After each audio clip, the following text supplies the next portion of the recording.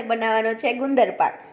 તો 100 ગ્રામ લેશું ગુંદ, 50 ગ્રામ દ્રાક્ષ, 50 ગ્રામ ખજૂર અને સ્વાદ અનુસાર કોપરાનું છીણ અને સાકર એને મેં ક્રશ કરી લીધી છે. અને એક પેનમાં આપણે લેવાનું છે ઘી. ઘીને થોડુંક ગરમ થઈ જવા દેવાનું. પછી એમાં થોડો ગુંદર નાખીને જોવાનું કે ઘી આવી ગયું છે. હા, પછી આપણે તેમાં ગુંદરને તળી નાખવાનું.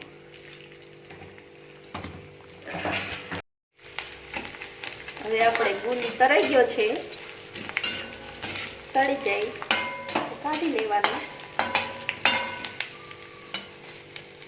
ઉભરો આવી જાય એટલે એમાં આપણે બધો ગુંદ નાખી દેવાનો.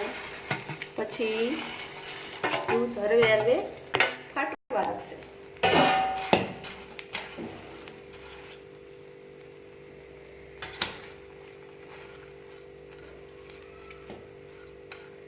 ઉભરો આવે એટલા માટે મોટું પેન લેવાનું. રીતના દૂધ ફાટી જાય.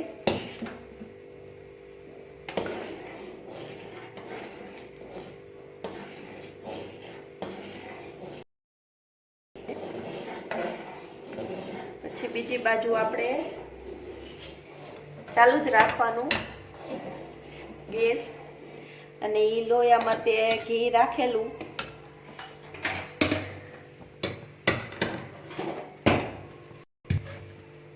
એમાં પછી આપણે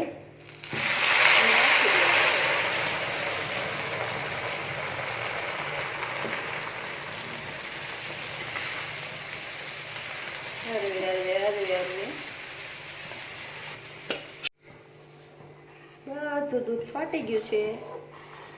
હવે જ્યાં લગી એકદમ કોરું ન પડી જાય, લચકા જેવું થઈ જાય ત્યાં લગી હલાયા રાખવાનું.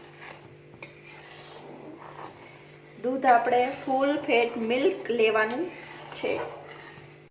ખજૂર નાખી દીધી. પછી છીણ અને દરેલી સાકર નાખી દીધી. પછી હલાવી નાખવાનું. આવું થાય પછી જ નાખવાનું. કોપરાનું છીણ, સાકર બે પછી નાખવાનું. પછી હલાયા રાખવાનું. પછી સૂંઠનો પાવડર નાખી દેવાનો.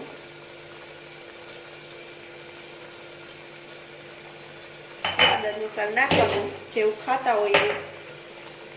હવે પછી એમાં દ્રાક્ષ નાખી દેવાનું.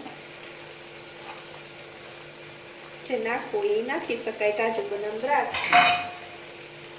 આપણે અત્યારે અહીંયા ખાલી દ્રાક્ષ લીધી છે.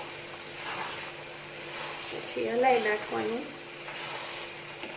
એકદમ લચકા જેવું થઈ જવા દેવાનું. બધું પાણી છૂટું પડી જાય. બધું પાણી બારી નાખવાનું.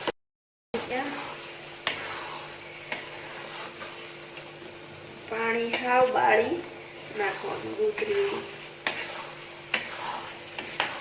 આવી રીતના હલાયા રાખવાનું. કોરું હાવ આવું પાડી દેવાનું. પછી સાવ આવું લચકા જેવું થઈ જાય. એકદમ પાણી બધું બળી જાય. પછી કોરું પડી જાય એવું કરી નાખવાનું. હાવ આવું